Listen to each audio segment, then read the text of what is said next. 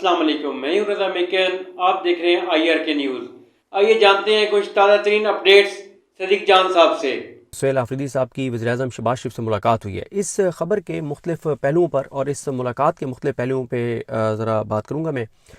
دیکھیں، ایک تو معاملہ یہ ہے کہ وفاقی حکومت نے، میں سمجھتا ہوں کہ بہت بڑا سرنڈر کیا ہے، اور مجھے سرنڈر کے علاوہ کوئی لفظ نہیں مل رہا، اور میں یہ سمجھتا ہوں کہ سہیل آفریدی صاحب نے وفاق کو بھیگی بلی بنا دیا ہے، اور اب وفاق دباؤ میں نظر آتا ہے۔ اس کی وجہ کیا ہے؟ دیکھیں، سہیل آفریدی جب وزیر اعلیٰ KP بنے تو اس کے بعد سے وہ تو مسلسل کہہ رہے تھے کہ کیونکہ شہباز شریف وزیر اعظم ہیں، چاہے فارم 47 کے وزیر اعظم ہیں، لیکن ظاہر ہے اب وزیر اعظم تو انہی کو رکھا گیا ہے پاکستان کے اندر، اور جب ان کو وزیر اعظم رکھا گیا ہے تو ہم صوبے کے لیے ہم انہی سے ہی بات کریں گے، جو ہمارے صوبے کے فنڈز انہوں نے دینے ہیں، جو بقایا جات دینے ہیں، جو بجٹ میں سے ہمارا حصہ بننا ہے، تو ہم انہی سے ہی بات کریں گے۔ سہیل آفریدی نے تو لیٹرز بھی شہباز شریف کو لکھے، سہیل آفریدی نے تو وفاقی حکومت کو لیٹرز بھی لکھے، سہیل آفریدی تو وفاقی حکومت سے بار بار مطالبات بھی کرتے رہے، لیکن وفاق کی جانب سے کیا کہا جا رہا تھا؟ وفاق کی جانب سے وفاقی وزراء کہہ رہے تھے سہیل آفریدی صاحب کے بارے میں کہ منشیات فروش ہیں، یہ سمگلر ہیں، یہ ڈرگ ڈیلر ہیں۔ وہ سہیل آفریدی کے بارے میں کہہ رہے تھے کہ یہ فتنۃ الخوارج کے حامی ہیں، ساتھی ہیں۔ وہ یہ کہہ رہے تھے دہشت گردوں اور سہیل آفریدی کا گٹھ جوڑ ہے، اور اسی طرح سے یہ کہہ رہے تھے کہ یہ کابل سے مدد مانگ رہے ہیں۔ پھر جب DGI نے پریس کانفرنس کی سہیل آفریدی کے خلاف، پوری ایک پریس کانفرنس، یعنی ایک پریس کانفرنس DGI نے پوری پریس کانفرنس کی عمران خان صاحب کے خلاف، پھر ایک پوری پریس کانفرنس انہوں نے سہیل آفریدی صاحب کے خلاف کی، اور جب DGI نے سہیل آفریدی صاحب کے خلاف پریس کانفرنس کی تو اس کے بعد نون لیگ والوں نے تقریباً تمام اہم جو لوگ ہیں نون لیگ کے، انہوں نے پریس کانفرنسز کی، اور انہوں نے کہا کہ ہم DGI کی سہیل آفریدی کے بارے میں کی گئی باتوں پر حرف بحرف ایمان لاتے ہیں، اور یہ ہمارے ایمان کا حصہ ہے۔ یہ باتیں ان باتوں پر ایمان لانا ہمارے سیاسی جو ہمارا مذہب ہے، سیاسی جو ہمارا مسلک ہے، جو سیاسی ہمارا عقیدہ ہے، ہمارے اس سیاسی مذہب، سیاسی عقیدے کا حصہ ہے یہ چیز کہ ہم DGI کے ایک ایک لفظ پر ایمان لاتے ہیں۔ تو وہ وفاقی حکومت والے جو چیخ کر چلا کر سہیل آفریدی کے خلاف جھوٹی باتیں کرتے تھے، جھوٹے الزامات لگاتے تھے، اور اس کو سمگلر اور کیا کچھ نہیں کہتے تھے، تو وہ ان کا جو بڑا ہے شہباز شریف، اس نے آج سہیل آفریدی سے ملاقات کی ہے۔ بھائی، سہیل آفریدی تو کہہ رہے تھے، سہیل آفریدی تو اپنی پوزیشن سے نہیں ہٹے، وہ تو کہہ رہے تھے کہ مجبوری ہے، ان کو رکھا گیا یہاں پہ ایز اے وزیر اعظم، تو انہی سے میں بات کروں گا۔ لیکن اصل بات تو یہ ہے کہ آپ ان کے اوپر الزام لگاتے تھے، آپ کیسے ملے؟ وہ تو آپ کی ہی زیر اثر، آپ کے ماتحت جو عدالتیں ہیں، ویسے عدالتیں حکومتوں کے ماتحت نہیں ہوا کرتی، لیکن پاکستان میں اس وقت تمام عدالتیں اوپر سے لے کے نیچے تک حکومت کے ماتحت ہیں اور اس نظام کے ماتحت ہیں، تو اس عدالت کا ایک جج اشتہاری قرار دیتا ہے، اس عدالت کا ایک جج کہتا ہے کہ سہیل آفریدی کو گرفتار کر کے میرے سامنے پیش کرو، اور شہباز شریف وہاں پہ آگے بڑھ کے ریسیو کرتے ہیں سہیل آفریدی کو، اور ایک اشتہاری کو، جس کو ان کی اپنی ماتحت عدالتوں نے اشتہاری قرار دیا ہوا ہے، جس کو ان کے ماتحت اداروں اور ان کے وزیر جو ہے وہ ملک دشمن قرار دیتے ہیں، جس کو آج تک یہ وزیر اعلیٰ ماننے کے لیے تیار نہیں تھے۔ تو میں یہ سمجھتا ہوں کہ سہیل آفریدی صاحب کو جس طرح سے شہباز شریف نے بلایا ہے، تو یہ انہوں نے لیجیٹیمائز کیا ہے، مان لیا ہے انہوں نے سہیل آفریدی کو کہ وزیر اعلیٰ KP ہیں، اور سہیل آفریدی گھٹنوں پر ان کو لے آئے ہیں۔ سہیل آفریدی نے مجبور کر دیا کہ سہیل آفریدی سے ملاقات کریں۔ دیکھیں، اصل بات جو ہے نا ملاقات کے حوالے سے، تو ظاہر ہے سہیل آفریدی نے کیٹیگوریکل کہہ دیا ہے کہ کوئی پولیٹیکل وہاں پہ بات نہیں ہوئی، لیکن اصل جس پہ بات ہونی چاہیے وہ یہ ہے کہ کیوں شہباز شریف مجبور ہوئے سہیل آفریدی سے ملاقات کرنے پر۔ اور پھر سہیل آفریدی دیکھیں، ان کی باڈی لینگویج دیکھیں، وہ ٹانگ پہ ٹانگ رکھ کے بیٹھے تھے، اور جو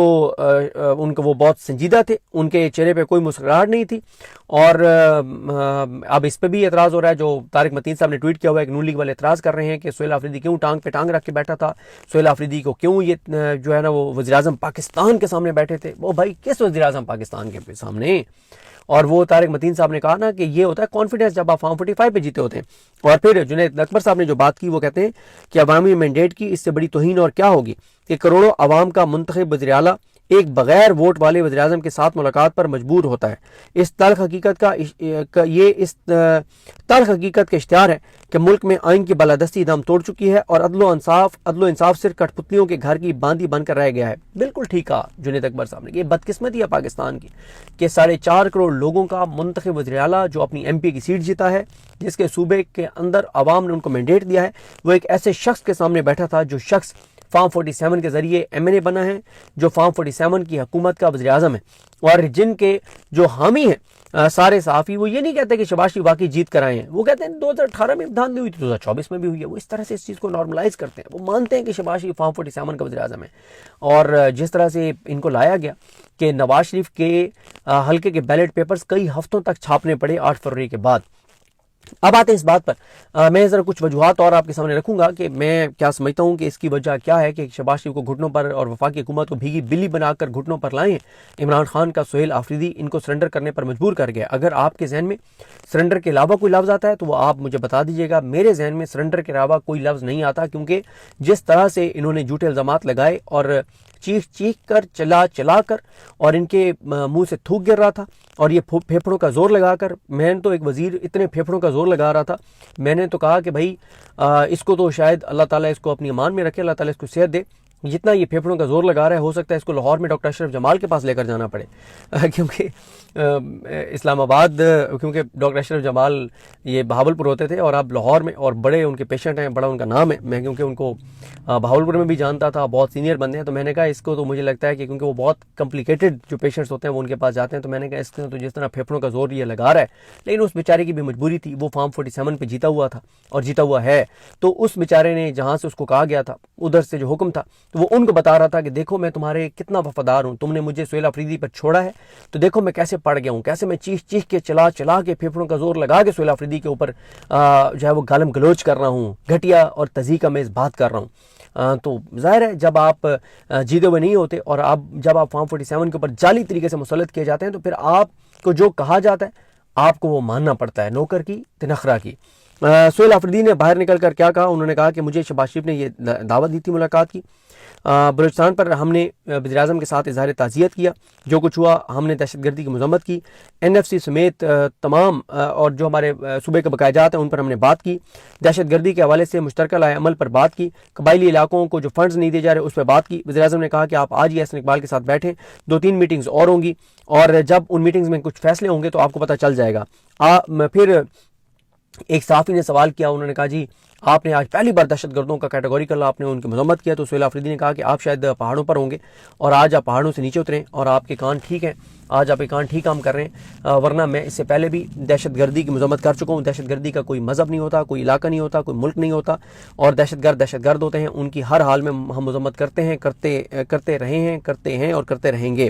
انہوں نے کہا عمران خان کے حوالے سے کوئی بات نہیں ہوئی اور کوئی پولیٹیکل بات نہیں ہوئی، اور انہوں نے کہا کہ جو ہم پر اعتراض کرتے ہیں کہ آپ نے 4 ارب تیرہ کے لیے کیوں جاری کیا، تو انہوں نے کہا کہ